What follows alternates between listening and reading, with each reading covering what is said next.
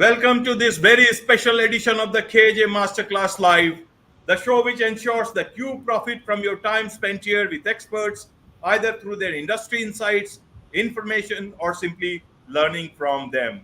And before I move forward, may I request you to subscribe, follow, like, and comment on whichever platform you are watching or listening to this show on. And today we have Christian de la Huerta, author, TEDx speaker, personal transformation coach. Welcome to the show, Christian. Hey, AJ. Thanks so much for having me on the show. Appreciate the invitation. Thank you for coming in, Christian. So the topic today is how to stop cheating yourself and selling out on your personal power. You are a master on this topic. You talk about it. You have given several talks on this, TEDx speaker, and you also talk to a lot of clients that you have. So what does it exactly mean? Can you explain it for the general audience? Yeah, let's start by saying that most of us have an ambivalent, I would even say conflicted relationship to power. Like part of us wants it, part of us is afraid of it. And I think what we fear, I've been doing retreats on this topic for 10 years on this topic alone. I've been doing coaching and retreats for 30 years. But what I think we fear is that if we really stepped into our power, into all of who we are, if we beed all of who we are, that other people wouldn't be able to handle it and that we might end up rejected and alone. And who wants that? I think we also fear, AJ, that we might abuse it. And no wonder. Like all we got to do is watch the news or look at the headlines online any given day to witness at least one abuse of power. And then add to that the fact that we have been conditioned to believe that power is a bad thing, that power corrupts. And an absolute power corrupts absolutely. Right. But why they didn't tell us about that is that Lord Acton, who said those words, was speaking specifically about political power, not personal power.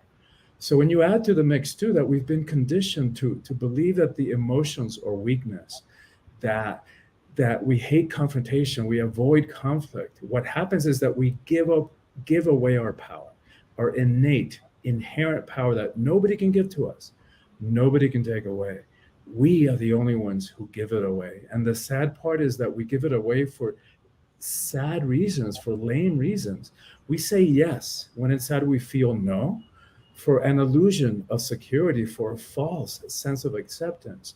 We play small. We stuff ourselves into smaller little packages so as to not rock the boat too much. And we settle for crumbs of pseudo love. And it's not an effective strategy. Right. So how do we as general people transform our relationship to power, and how do we stop cheating ourselves and selling out our personal power? You also talk about soulful power. So what does that mean to you? Can you help us understand these topics? These are Yes. part of us human beings, but sometimes these words can sound different to us, a bit more complex than we generally think they are. We generally should think that they are. Yeah, and that's what the theme of this book that I published a couple of years ago, Awakening the Soul of Power. Right. And how do we let ourselves free from that prison of fear and lack and limitation, and the self-defeating belief systems and self-sabotaging behaviors that are all connected to giving our power away. So the first step is understanding that there are different kinds of power. So we tend to associate power with people who have money, people who are famous, people who are high up at some kind of hierarchy, whether it's a corporate ladder or some institution. But the thing about all those kinds of powers that because they're external, they're outside of us, they're fickle. Here today, gone tomorrow. As in contrast to what I call soulful power, you can call it spiritual powers or authentic power. It's the power that's inside each and every one of us. And that kind of power is like, again, nobody can give it to us. Nobody can take it away. And so there are a couple of differences. Like worldly power is associated with externals, It always has an agenda, and it's hierarchical. So it's about power over others. Like, you're going to do it my way or the highway. It's sort of the cowboy mentality, if you would. And it's always self-aggrandizing. So it's blowing itself up to seem bigger than it actually is. Contrast that with spiritual power, which is humble. It has nothing to prove to anybody. It's about service. It's about making a difference. So I think of, for example, and it's power with rather than power over. So it's not threatened by other people's power. Like, if I know who I am, and if I'm in my power, then I'm not threatened by you having power. It's like, I can share it. I'm so confident in myself that I know I can handle anything that comes my way. So think of, Gandhi or Gandalf, if you're into the Lord of the Ring movies. Yes, and, yes, I do. and the books, and their simple monastic robes, their sandal feet. We would never know how much power they hold until it's necessary. And then get out of the way. Like, as you know, Gandhi brought the British Empire to its knees when it was at its highest point in terms of global reach, without ever shooting a single gun or landing a single punch. That's power, and that's the kind of power that we all have access to. Right, right. Now, Christian, let me put the context of power in two different settings. We will keep political power aside for the time being.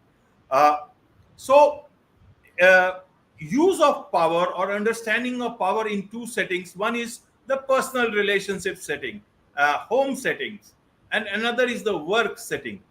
Now, the same sort of personal power, it differs. I may be, almost defenseless at home. I will not behave the same manner the way I will behave in office. I don't have to exert power at home, but in office, it's a different setting. You got to get work and you have got to do work. How do you see those two settings and see power according to those two backdrops?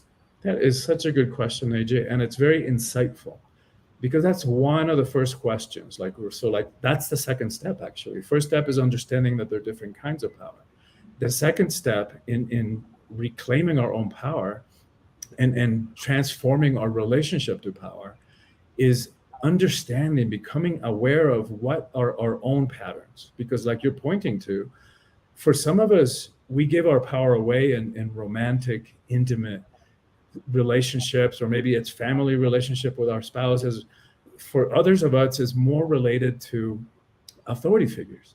So maybe we give our power away when it comes to parental figures, which would include bosses, religious leaders, coaches, that kind of thing. So really important to look at ourselves, because nobody can answer those questions for us. Only we can answer those questions. Like, what are our own patterns? When do we give our power away? And I think majority of people tend to do that in the romantic, intimate, personal relationships, but not always. A lot of people tend to give it away in more professional situations when it comes to a boss, those authority figures, where survival stuff is more at risk. And so it's a very personal thing, very individual thing. But the first thing is becoming aware of why we do the things we do. Because if we can't see it, then we can't do anything about it.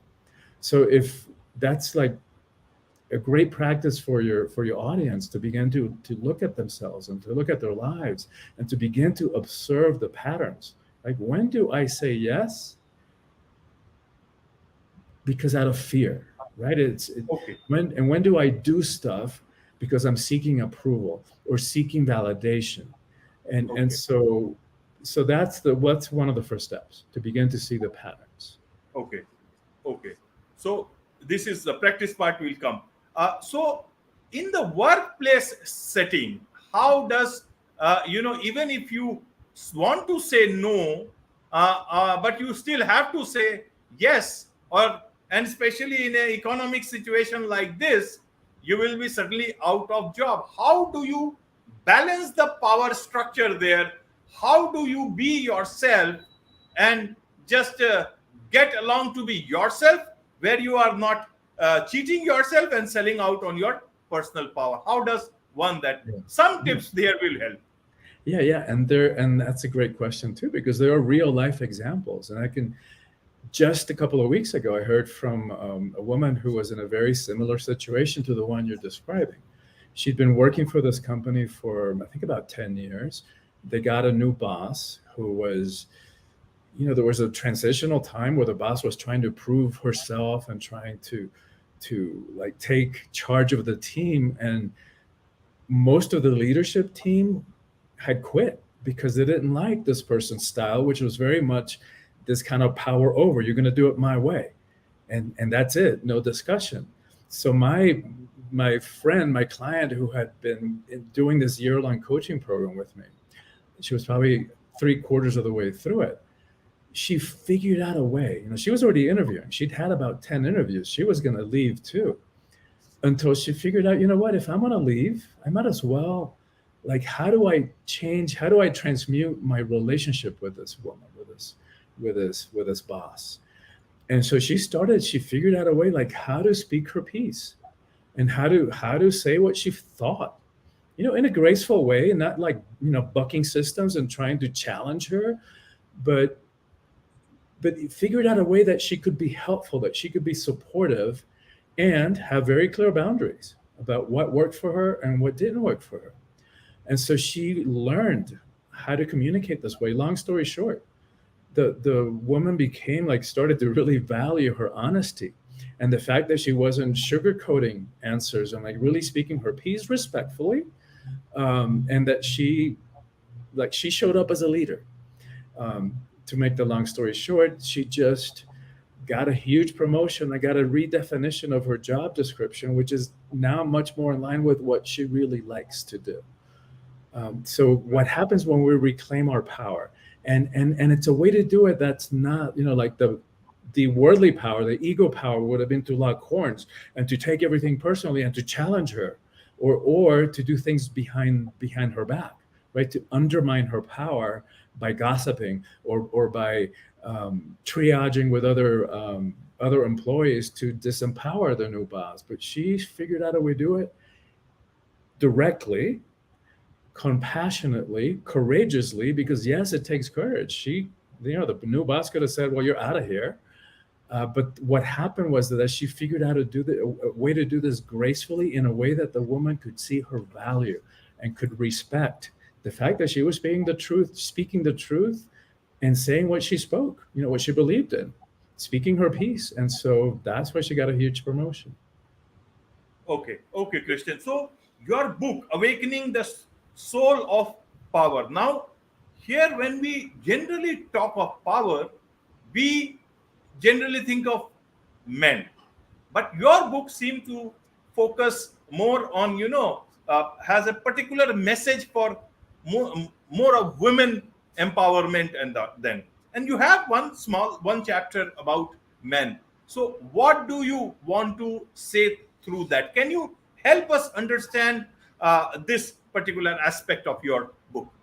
Yes, and I really appreciate you asking that, and having done the research about this. The book is for everybody. We all struggle with power, no matter what kind of body we're in. But like you're saying, it has a particular message for women, and about women's empowerment, and that stems from my belief that the empowerment of women is the single most important thing that needs to happen in the world. Right. It's not to idealize women, is not to put women up on a pedestal. Women also abuse power, not proportionally. Like, men abuse it a lot more because we've been living in a patriarchal system for the last several thousand years. And it's not to give women more stuff that they have to do to clean up the mess that we've all created on this planet. It's because I believe that when women are in 50% of power, we don't want to go back to a matriarchal system. We want balance. And so I believe that when women are in 50% of power in the world, that we're going to have a very different relationship to all the challenges that we're facing. Poverty, hunger, how we treat the environment, war, peace, financial distribution, all of it. And So to me, it's more like a strategic approach to, oh my God, how do we handle all the challenges that we're facing in this world? And I believe that that is one thing that we could do that would then impact everything else. And you're right about having about that chapter about what it means to be a man in the 21st Right. century, because I feel like this patriarchal hierarchical power over system doesn't work for anybody, including men. And here's some interesting numbers about that. Like, and not to minimize the price that women have paid, right, for this unjust system and of inequality over the last several thousand years. But here's the way that men are also paying a price for that. If you look at the rate of suicide in the US, I don't have the numbers for these globally. Men commit suicide 4 times as frequently as women. And in fact, 70% of the suicides in the United States are committed by middle-aged white men, which is the group that still holds the majority of the power in the world. And what is that? What's up with that? You would think that that the group that holds the majority of the power would have the most benefits and will be most happy, but there's something that's off. Look at longevity numbers, and these are global numbers. Women outlive men in the US by 5 years, globally by 7 years. And I believe, AJ, that part of the reason that is because we have this mistaken, limiting ways of what it means to be a man. And so, one example of that is like little men are not supposed to feel emotions because we have this misunderstanding about the emotions, that they're weakness and that only little girls cry, right? How many of us were raised believing that little boys don't cry? Right. You got to be a man, and you got to be, stiff upper lip, and you got to stuff it all. But there's a price to pay for that, because what used to be spiritual teaching, that everything is energy, now we know from quantum physics that it's true. It's all energy. That means that this chair I'm sitting on, the laptop in front of me, the mic, the body, the emotions, it's all energy. Even though it might feel solid, it's vibration. And we know from physics too that energy cannot be destroyed. So all those times that, as all of us do, but particularly men, that we stuff those emotions, that we don't allow ourselves to feel, that stuff doesn't go away. It gets lodged in the tissues of the body. And after years and decades of suppressing our emotions, we walk around with layers upon more layers of repressed emotional crap. And then here we are trying to have a relationship in the present. All of it is getting filtered through that repression of emotions and unhealed trauma from our past. Yikes. Like, I don't know how any relationships really have a chance of working, because we haven't been taught how to hold them, how to approach them. And we certainly haven't been taught how to clear ourselves from that cauldron of repressed emotions. Because what happens then, AJ, and we know this particularly as guy, that we suppress, and then the next unfortunate one comes by and they say something the wrong way, or they do something, boom, volcanic eruption, disproportionately to what the act was, because we've been sitting on so much emotion that then the slightest thing just brings about an explosion, and we cause harm to our relationships. Or suppress.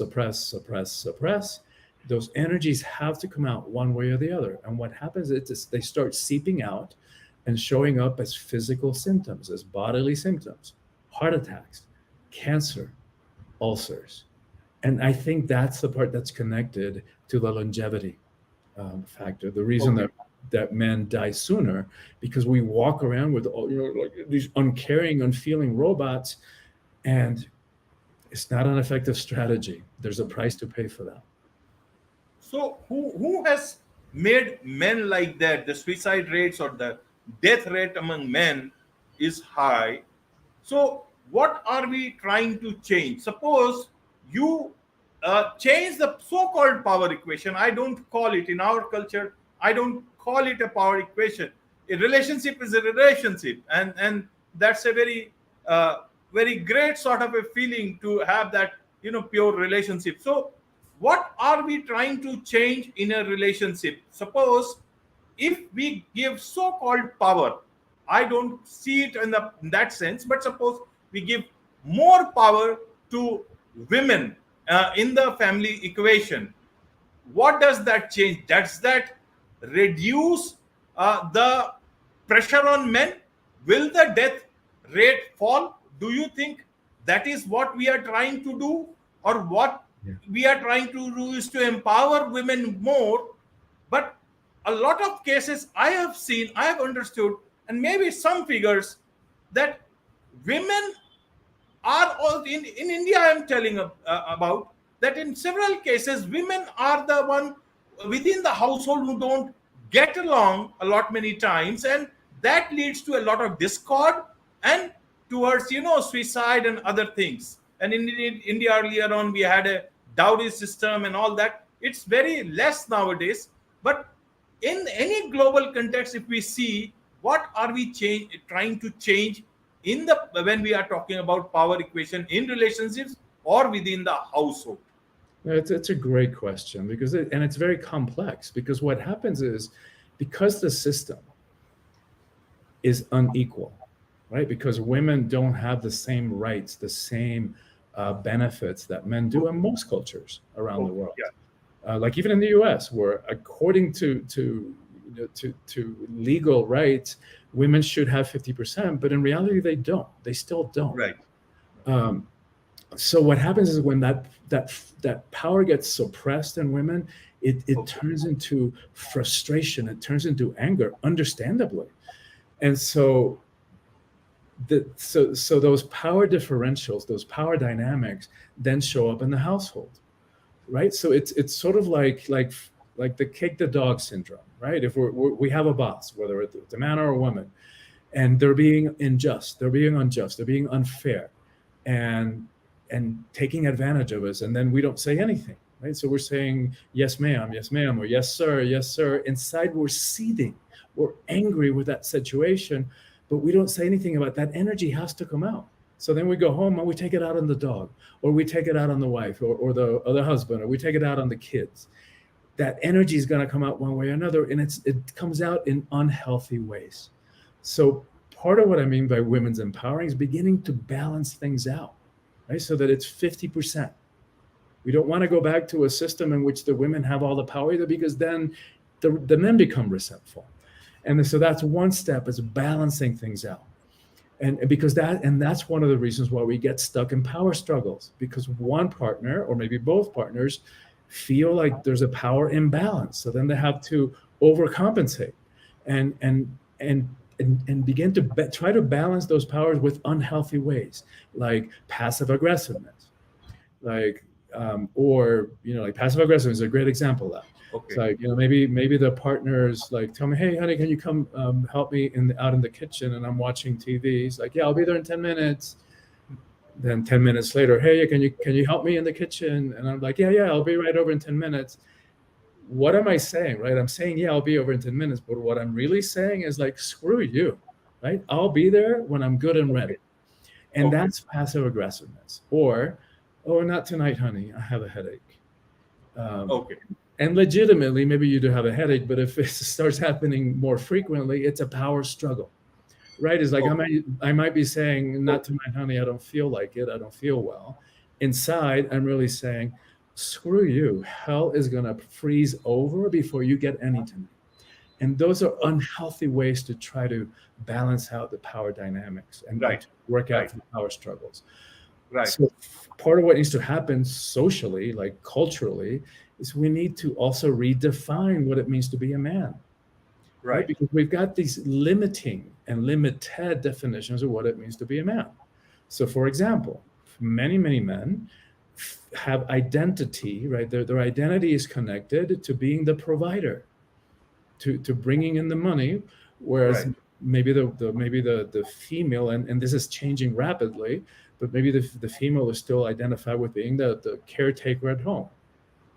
And these numbers are changing rapidly. In the US, I think like 4 years ago, in 40% of heterosexual households, the woman is making more money than the man, right? So that's part of the reason why so many men are having an identity crisis. Like, who am I?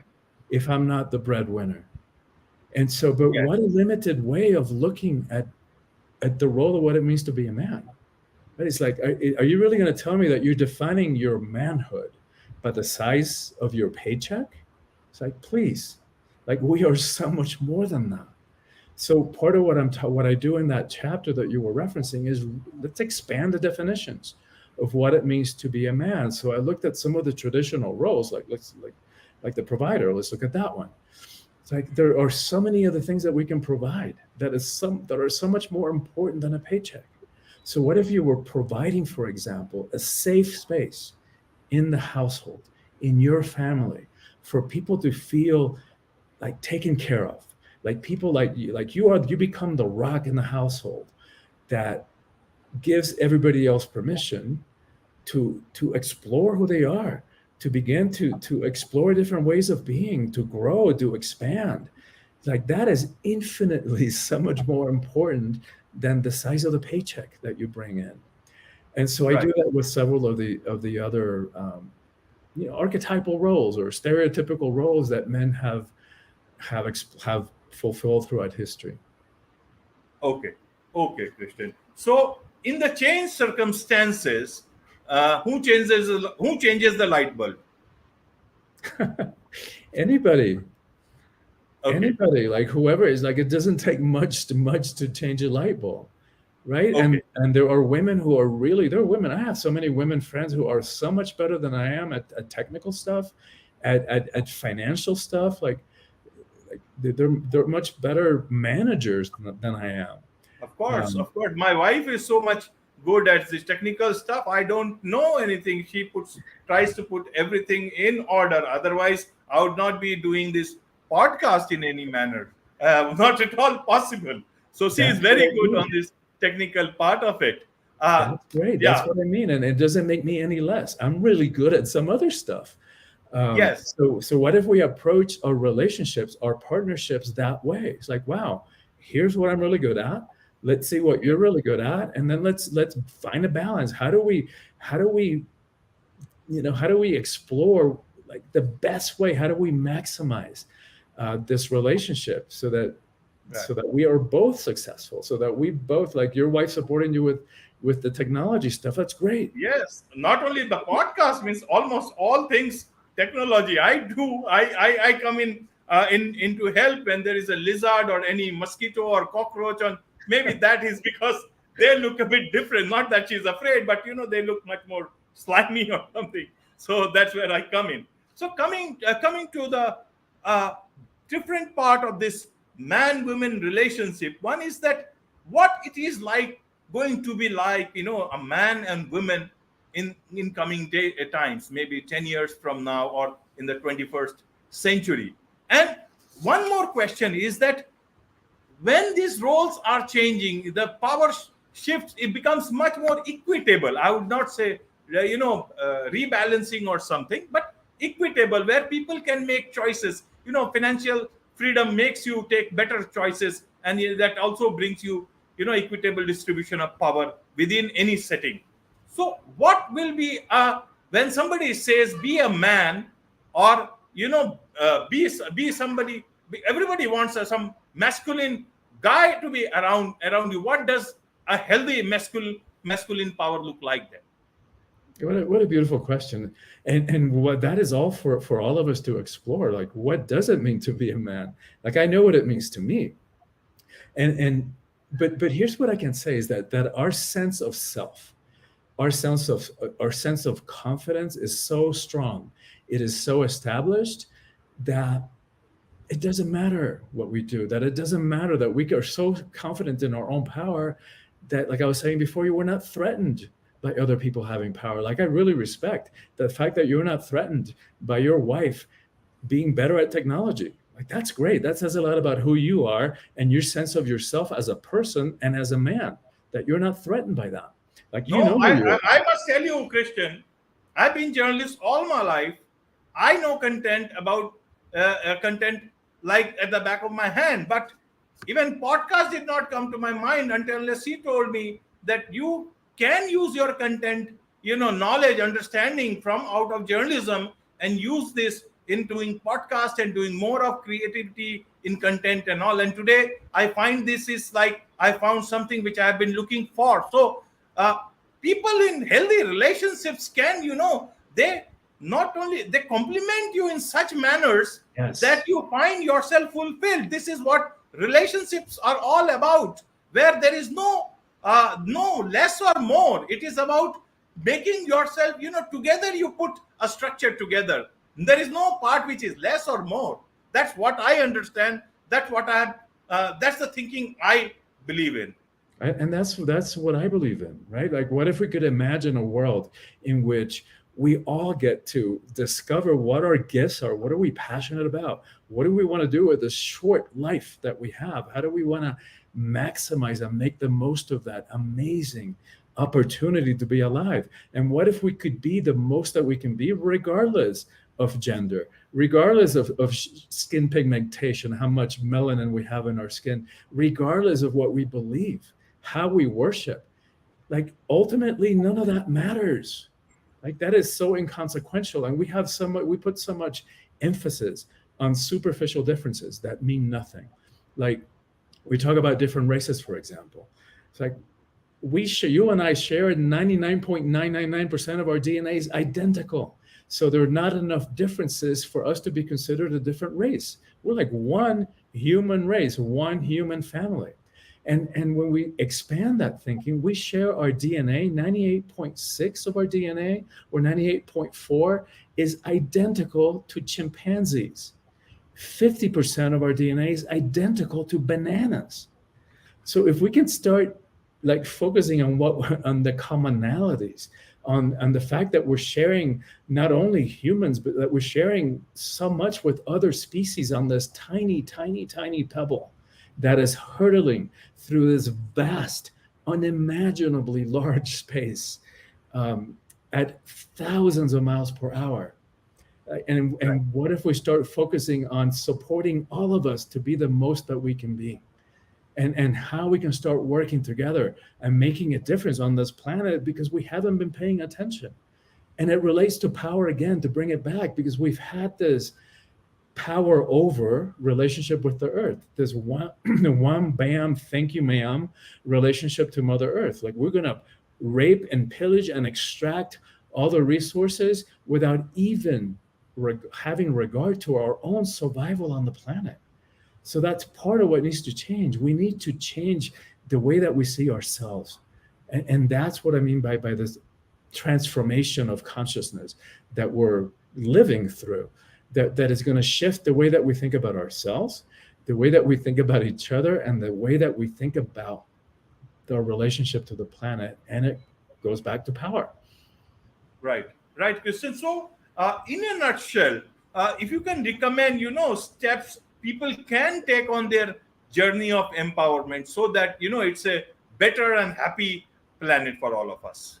Yes, I mean, by my book, because I do this, I walk people by the hand, right? In understanding our relationship to power and how we can transform it, and understanding why we do the things we do, understanding the ego, and how we let ourselves free from its self-made prison of fear, doubt, limitation, reactivity, judgment, victimization. And once we understand those things, then we can begin to transform them, right? So, Right. and I walk the reader by the hand, short chapters with practices, questions that they can do at the end of each chapter, that are designed to implement, to like really integrate those teachings, so that they don't stay at the level of information. We don't need more information, AJ. We got information overload. What we need is transformation. And that only comes from really taking on teachings and living them, integrating them into our life. And that's what I've also woven into that book. Absolutely. Transformation is the word. So, Christian, where do we get the book? How can people connect with you? How can they get in touch with you? How can they know more about you? Obviously, it's good that you talk about yourself on this. I will, on my side, put whatever information I can on the YouTube description, so that they can also reach you through that. Thank you so much for doing that, AJ. I really am. What drives me is this global transformation of humanity, because I feel it's going to take all of us. Like, one of us doing and getting this is not enough, or even 100 of us. We need large numbers of people, like really Right. shifting the relationship to power and understanding who we really are. And so thank you for asking that question. The book is available wherever books are sold. You can get it, you can order it at your local bookstore, or you can get it on Amazon.